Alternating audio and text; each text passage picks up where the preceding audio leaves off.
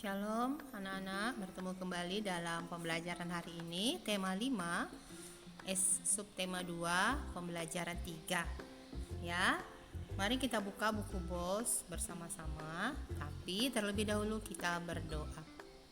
Bapa, terima kasih hari ini kami kembali belajar. Berkati kami agar kami dapat mengerti pelajaran yang kami dengar dan kami lihat. Di dalam nama Yesus kami berdoa. Amin. Nah, anak-anak, kembali buka buku BOS-nya halaman 72. Mari kita baca bersama-sama. Sejak pagi hingga siang hari hujan turun. Sore ini hujan telah reda. Cuaca terlihat mendung. Dayu, Lani, Beni, Edo, dan Udin pergi ke rumah Siti. Mereka akan belajar bersama. Mereka membawa payung, bersiap sedia jika sewaktu-waktu hujan turun kembali. Siti telah menunggu kedatangan teman-temannya. Siti menyuguhkan 2 kotak kue rasa coklat dan vanila. Mari kita simak percakapan Siti dan teman-temannya. Kita mau belajar apa sore ini? Ada yang punya ide? Kata Dayu. Wah, melihat kue suguhan Siti, saya punya ide. Bagaimana kalau kita belajar tentang pecahan? Kata Beni. Ide yang bagus, saya belum mengerti tentang cara pembagian pecahan. Kata Udin. Setuju. Bagaimana kalau Siti yang bertugas menjelaskan? Siti kan sudah mengerti, kata Lani. Iya, Siti yang bertugas menjelaskan, kata Edo. Yuk kita mulai belajar, ajak si Dayu. Siti mengambil 2 kotak kue, coklat dan vanila. Kue tersebut diletakkan di atas meja. Coba perhatikan gambar ya. Kue coklat dan kue vanila. Mula-mula Siti memotong kue coklat menjadi 2 bagian sama besar seperti berikut. Berarti menjadi 2 bagian berarti masing-masing 1/2. Lalu Siti memotong kue vanila menjadi 3 bagian sama besar seperti gambar berikut. Ya, berarti masing-masing bagian 1/3. Sekarang bandingkan potongan kue tersebut, apakah lebih besar atau lebih kecil? Ya, halaman 74 coba perhatikan. Bandingkan 1 bagian kue coklat dan 1/3 bagian kue vanila. Ya, coba perhatikan gambarnya. Berarti 1/2 dibanding dengan 1/3. 1/2 lebih besar dari 1/3. Ya. Sekarang bandingkan 2/2 bagian kue coklat dan 2/3 bagian kue vanila. 2/2 berarti 1, ya, 1 bagian. 2/3 berarti 2 bagian dibagi menjadi 3. Apakah kamu sudah dapat membandingkan potongan bagian kue coklat dan vanila? Ya, sekarang saya akan memotong kue coklat itu lebih kecil. Lalu kita bandingkan lagi ya, kata Siti. Siti memotong setiap 1/2 bagian kue coklat tadi. Setiap potongan kue coklat menjadi 2 bagian yang sama besar. Kuenya menjadi 4 bagian sama besar seperti berikut. 1/2 dibagi 2, akhirnya menjadi 1/4 setiap bagiannya. Sekarang bandingkan 1/4 bagian kue coklat dan 1/3 bagian kue vanila. 1/4 banding 1/3. Mana yang lebih besar atau lebih kecil? Ya, 1/4 lebih kecil dari 1/3. Ya, kamu tahu pembilangnya sama-sama 1, sedangkan penyebutnya 4 dan 3. Lalu bandingkan 2/4 bagian kue coklat dan 2/3 bagian kue vanila. 2/4 dibanding 2/3. Mana yang lebih besar atau yang lebih kecil? Ya, 2/4 dibanding 2/3 berarti dibandingkan adalah 2/4 sama dengan 1/2 atau setengah bagian, sedangkan 2/3 2 dari 3 bagian, berarti lebih besar 2/3 ya. Lalu bandingkan 3/4 bagian kue coklat dan 3/3 bagian kue vanila. 3/4 3 bagian dari 4 ya. Kemudian 3/3 sama dengan 3 bagi 3 1. Berarti 3/4 banding 3/3 lebih besar 3/3. 3/4 kurang dari 3/3 ya. Demikian. Selanjutnya kamu buka halaman 77 ya. Halaman 77 iya. 3/4 dibanding 3/6 ya.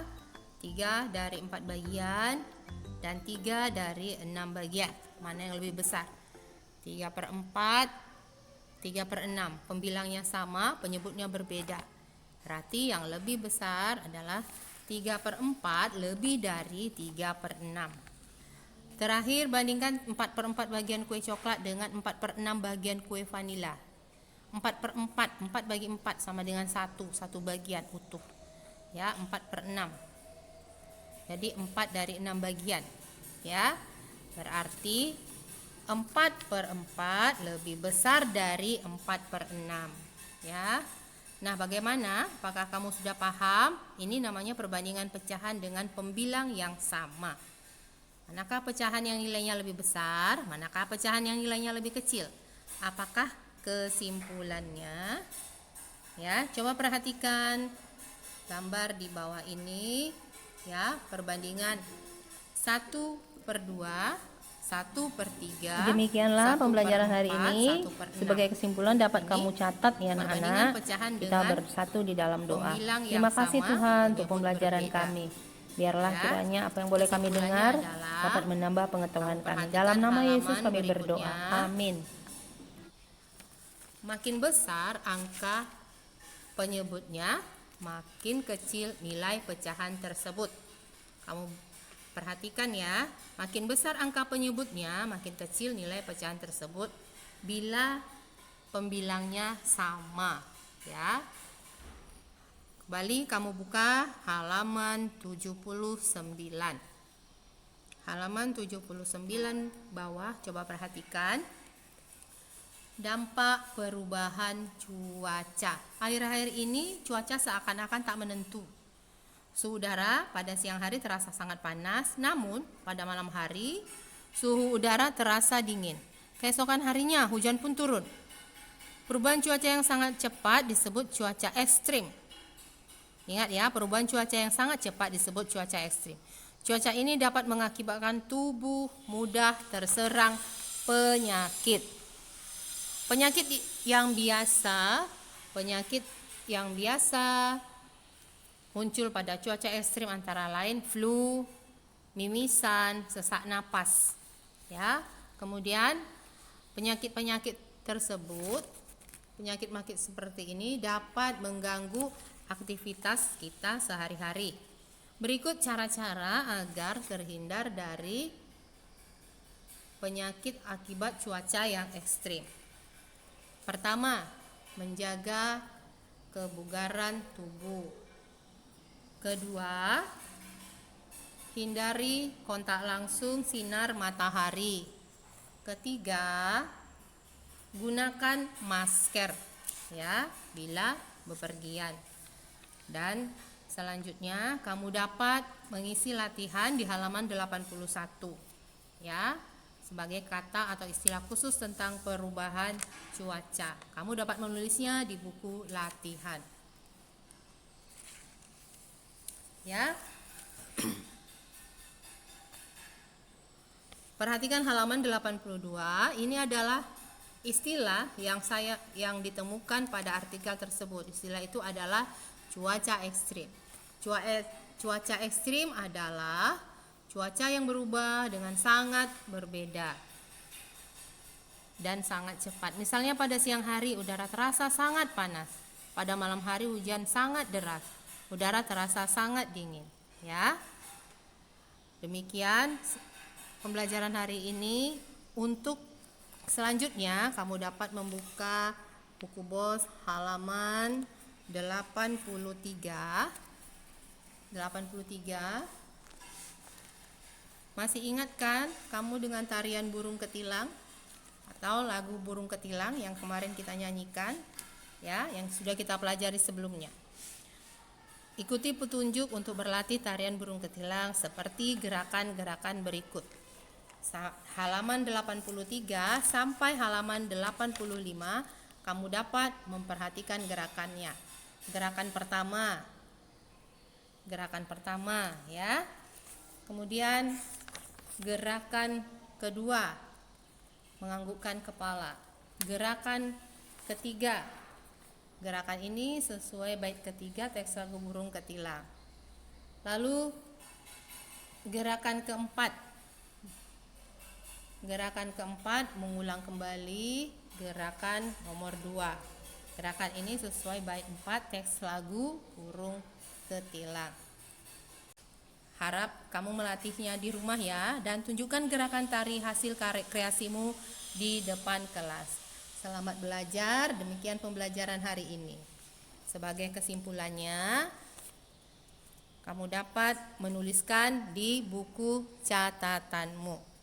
Untuk itu kita bersatu di dalam doa. Ambil sikap berdoa. Terima kasih Tuhan, kami sudah menyelesaikan pembelajaran kami hari ini. Berkati kami agar semakin hari kami semakin mengerti. Di dalam nama Yesus kami berdoa. Amin.